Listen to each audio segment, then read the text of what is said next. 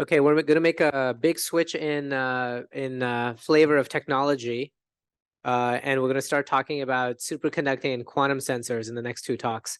So the first of those is going to be given by Cyndia Yu, who is a recent KIPAC alum. She was a grad student with us over the past few years. She is now a Maria Gilpert Fellow at Argonne National Lab and Kavli Fellow at University of Chicago. And she's going to tell us about the use of superconducting sensors across the EM spectrum. Hello. Cool. Thank you for having me. And thanks for having me back so soon. It turns out I left a bunch of stuff on my desk that I forgot about, so it's good that I'm here to pick it up.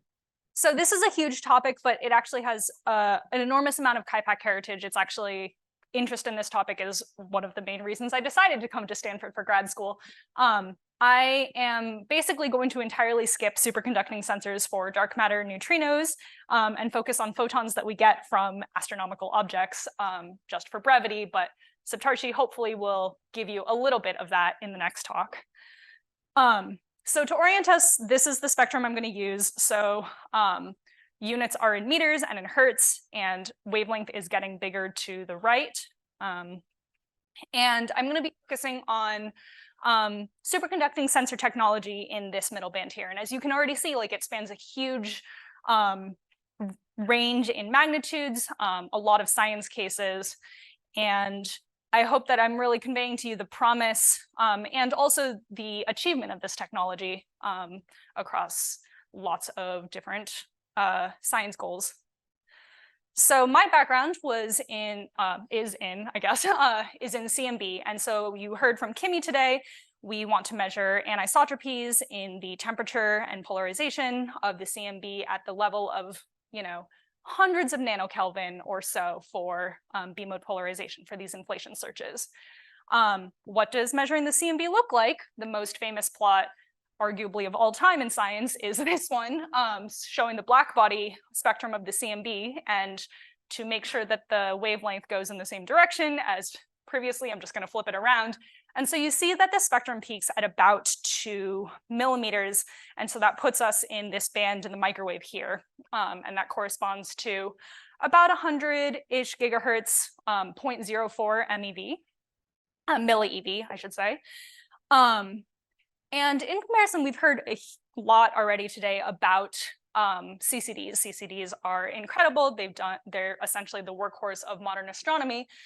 The spectral response of a typical CCD is here, around the visible, and you can get some response out to the edges. You can play tricks to extend this, but fundamentally, you are limited by the fact that the band gap of silicon is 1.4 eV, so you're 5 orders of magnitude off. And so especially at these lower frequencies, it's getting much, much harder to get enough signal relative to the dark count. And so what do we want to do if we're trying to catch photons from the sky and measure them, especially at these lower at these longer wavelengths, these lower frequencies?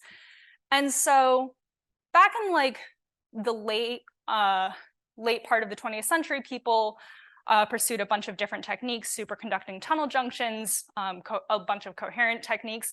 But the dominant technique that people have started using is the bolometer. And so essentially what we do here is we measure the sky by taking the photons that we catch and catching them in essentially a giant bucket. And then we measure the temperature of what's inside the bucket. And so you can see that you're already throwing away information, right? Because you don't actually know how many photons you caught necessarily. You just know the product of the photon number times the energy integrated over the bandpass. So what energy ranges you let into your bucket. This is, however, an incoherent measurement. So we are not getting any phase information whatsoever. And so you're not subject to the standard quantum limit. You can be arbitrarily sensitive in amplitude. And that's really key to achieving the sort of sensitivity that you need to do the CMB science that Kimmy talked about. So how do we implement this thermometer?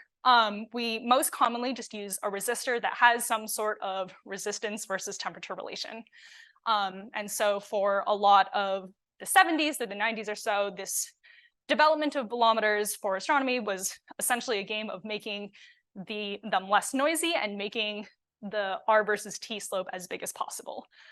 For most resistors, so I should say, one of the ways to make things less noisy is to cool it down, because there's Johnson noise, just thermal noise. And so the more you cool things down, the more you can eliminate that.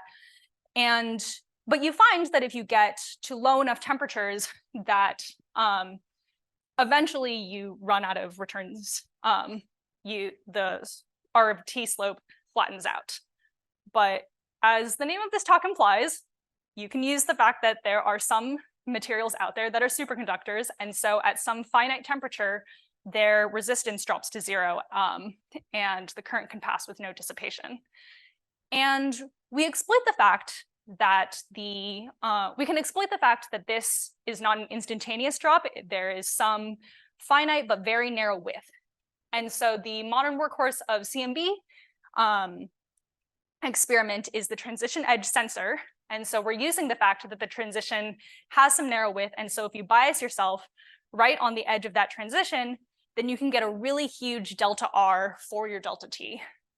And it turns out that if you look in the literature, the first evidence that I at least could find for some scheme is Andrews back in the 40s was trying to do this with tantalum films to measure infrared radiation. But TESs have a very, very special heritage here at KIPAC. So I guess Kent is no longer in the room, so I can say, before I was born, this paper came out. So they were previously being pursued by Bloss and friends for particle detection. And then Kent had this paper as a grad student here at Stanford outlining a mechanism for operating TESs so that they're stable. So the way it works is you can imagine a TES is just a resistance with variable temperature. And if you bias it with a constant current, then the power dissipation goes as I squared R. We are holding the current constant, so you have some variable resistance. An incoming photon will heat you up a little bit, so then you move up. Let's see if I can use this.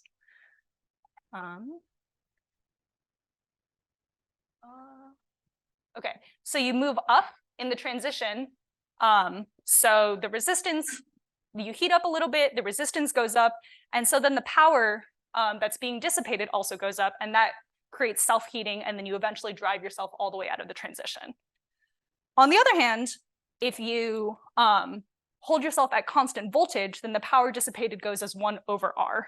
And so in response to an incoming photon, you heat up a little bit, the resistance goes up, and so the TES itself will actually dissipate less power, and the entire system cools down enough that you bump yourself back into the transition.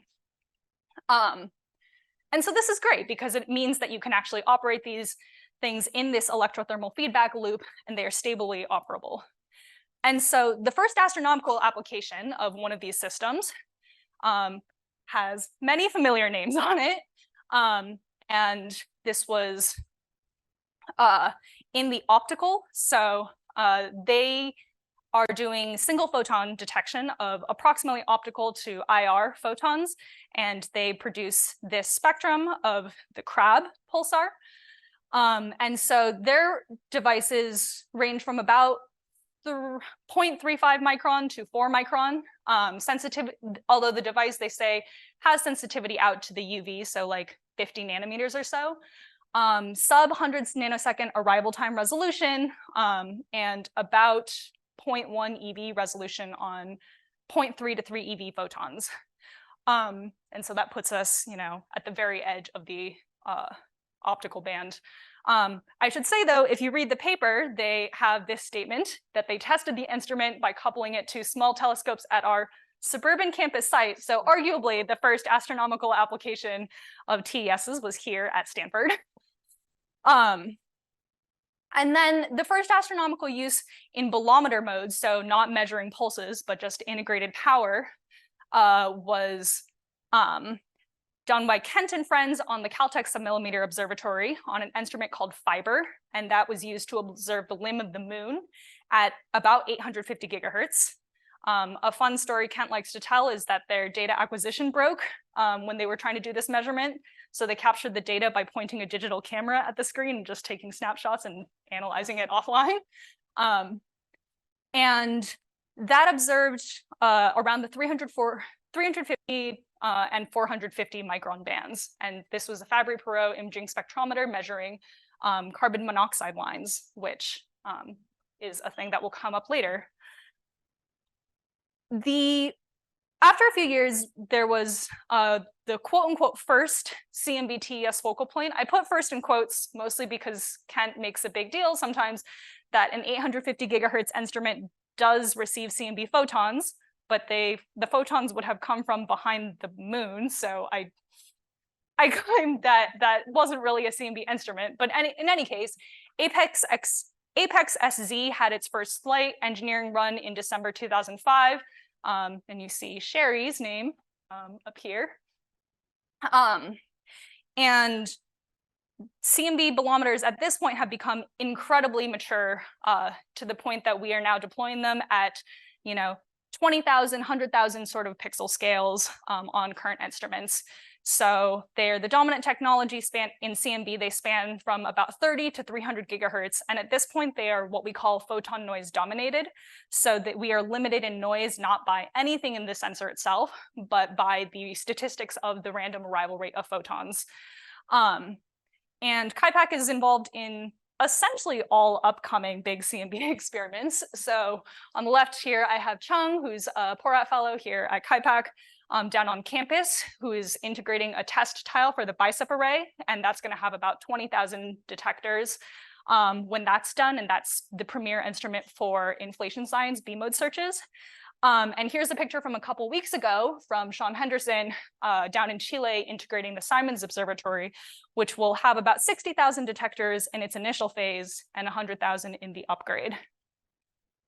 On the other end of the spectrum, as Sven alluded to, superconducting microcalorimeters and based on TESs are used for X-ray detection. So we can push the pulse resolving capacity to its limit and just run these detectors really, really fast. This was actually the first demonstration of Kent's electrothermal feedback idea was with an X-ray source inside the fridge. And so here you're looking at X-ray photons of about 1 to 10 keV. And at this point, they have a resolution on these spectral lines of 1 to 2 eV, which is pretty incredible. Some people at NIST are doing TESs or gamma rays on beamline sources, but those are not currently really actively being put on astronomical instruments. This technology was demonstrated in space for the first time last year with the MicroX sounding rocket experiment that put some TESs in space. And this is their extremely preliminary image of the crab. And they were launched last week on XRISM. Grism? I never know how to say it. And are the baseline plan for Athena and Lynx. So what makes TES so successful? They have fantastic sensitivities, so single photon resolution from X-ray to near IR, and then they're photon noise limited out in the millimeter. They're relatively fast. They have good stability, so 1/f noise performance for bolometers is below 0.1 hertz with very little filtering. They're inherently multiplexable, so that means that it's very easy to run many of them on not very many wires. And you can achieve array scale nanofabrication with pretty standard lithography techniques. So you can just manufacture these by just going into the clean room and printing them. And so I'll talk briefly about each of these. So with multiplexing, the idea is simply if you have a superconductor, which means you need to cool it to past its around its superconducting transition, that's usually below about a Kelvin, and you have your computer, which is at room temperature, you would like to not have so many wires in between sub-Kelvin and 300 Kelvin. And so we just call that technique multiplexing. The standard ways that you can multiplex TESs are in the time domain, so literally just line them up and read them out. And so that was used on the fiber demonstration in the very beginning. That is the technology of choice for the BICEP program. As David said, SLAC is developing the readout electronics for CMBS4. This is also what is currently being pursued for all of these X-ray instruments. And that will get you to about 100 pixels, 100 detectors on a single readout line. The APIX SZ instrument, as well as a bunch of other CMB experiments, use amplitude modulated frequency domain multiplexing. So the same way an AM radio works, you have a carrier wave and it gets bigger or smaller in amplitude. Or you can do phase modulation. So you can advance or delay the phase of your carrier frequency. And that is the technology of choice for the Simons Observatory, the Ali CPT experiment that we're also working on down on campus. Links might use it because, as you notice, the multiplexing factor is an order of magnitude bigger than the other technologies. And a lot of the work making that entire scheme possible was enabled here at SLAC through Zish's program. The other thing I'll say is that nanolithography,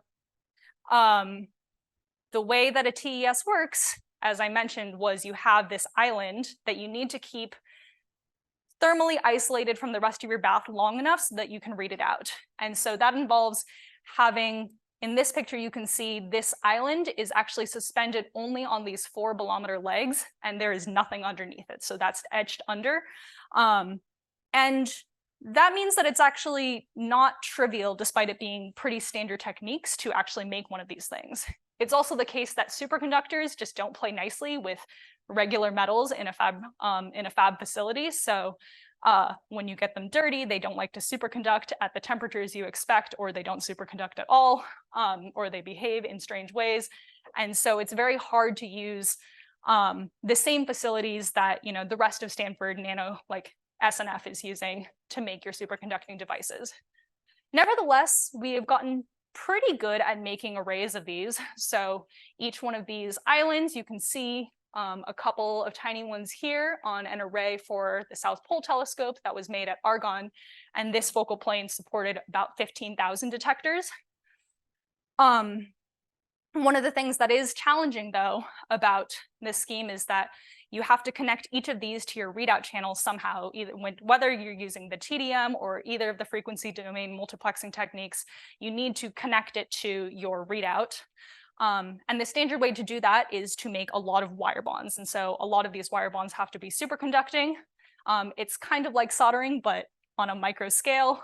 And I don't know if you can see them at all, but there are rows of tiny aluminum wire bonds. I think there are 1,000 of them in this line. That's about 8-ish centimeters across. So to solve the problem of it being challenging to fabricate these things in a regular facility, SLAC is actually building its own detector microfabrication facility for superconducting devices. So for CMB sensors, as well as other quantum sensing that Saptarshi is going to talk about, a dedicated superconducting clean room. So this is a class 100 clean room, 5,500 square feet. It's going to start coming online at the end of next year and be producing a couple hundred wafers through the entire stack process, a couple hundred like 6-inch wafers per year. And some fun pictures of construction going on.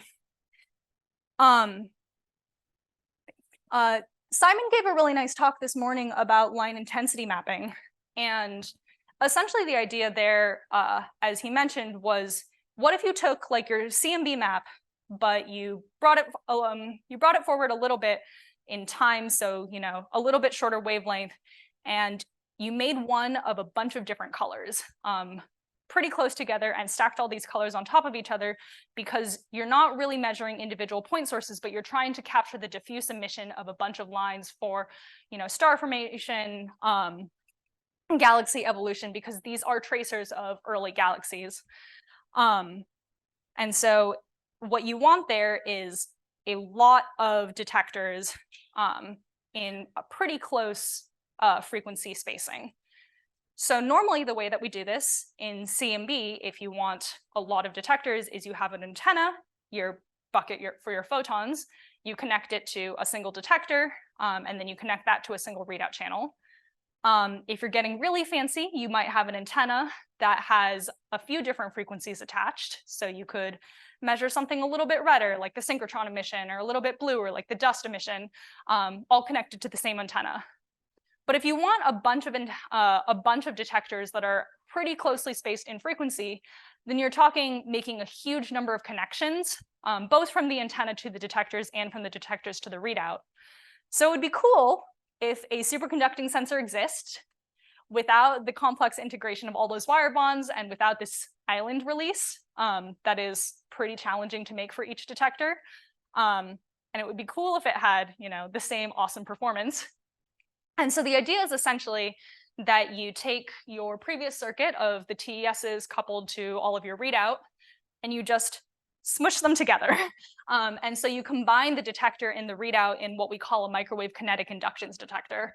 And I guess I'll speed up, but the way it works is that the incoming photons break Cooper pairs, and that changes the effective inductance of your material and therefore looks like an FM radio again to you.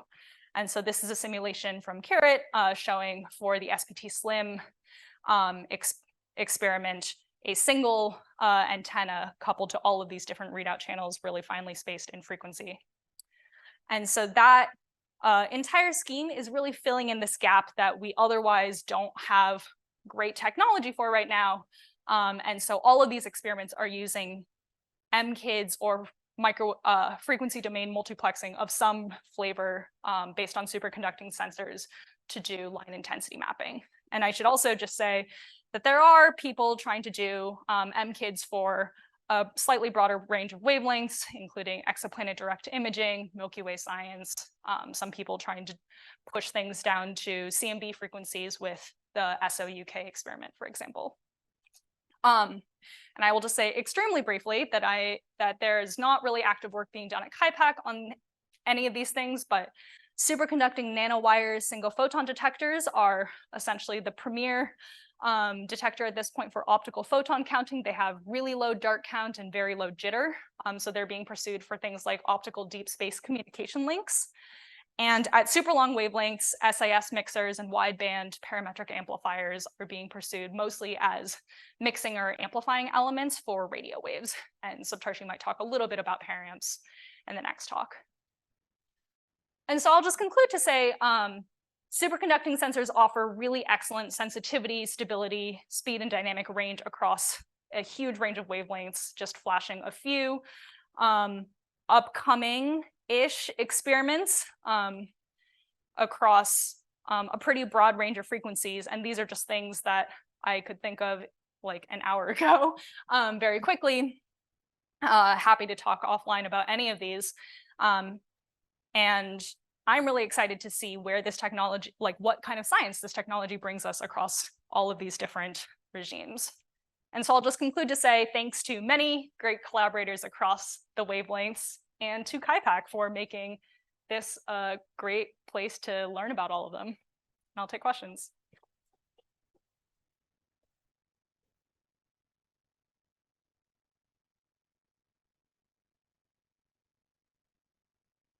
Okay, thanks, Cyndia. Questions? Oh, Bruce has got one. So in the optical, as you kind of alluded to, these detectors have never quite found their grooves. They've never really found a transformative science case outside of stuff where the ultra fast time resolution, like the pulsar measurements are, due to scale of detector size, complexity, and so on. Do you have a sense of, are we finally going to pull out of that? Or they're going to start to be really fundamental optical applications for them? That's a great question. I think that the most compelling that I have seen is trying to push the MKID technology into or some sort of like TES plus readout integrated thing where you don't have to do the wire bonds into some sort of regime where you're essentially doing spectroscopy on every single pixel continuously. So one of the nice things about these detectors, right, is modulo your fridge working, you are reading out constantly. Like there is no dead time due to readout. And so you can get really, really excellent timing resolution. And so instead of having like all of your fiber positioners for DESI or MegaMapper or something, if every single pixel were just a spectrometer, that would be incredible. Obviously, this is challenging for a bunch of technical reasons, but it is actually not fundamentally impossible. So at least that's where I think it would be cool if someone thought about it.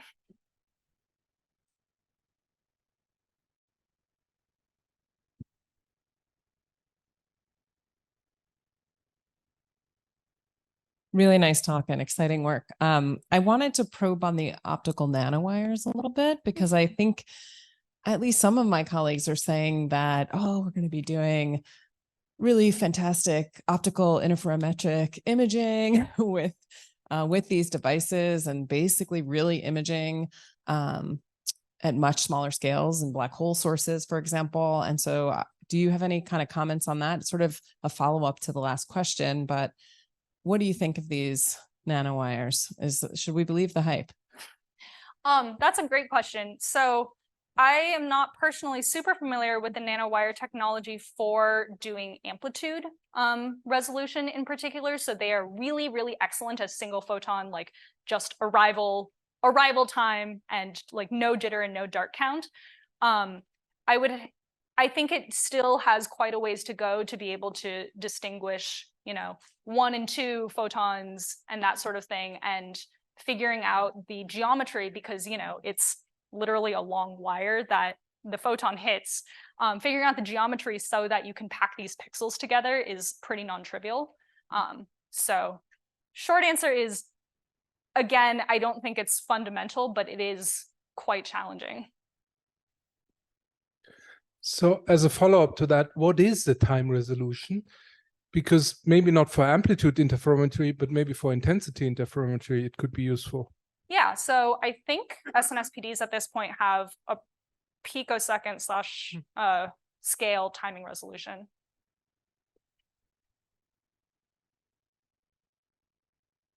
Okay, any other questions for Cyndia? If not, then let's thank her.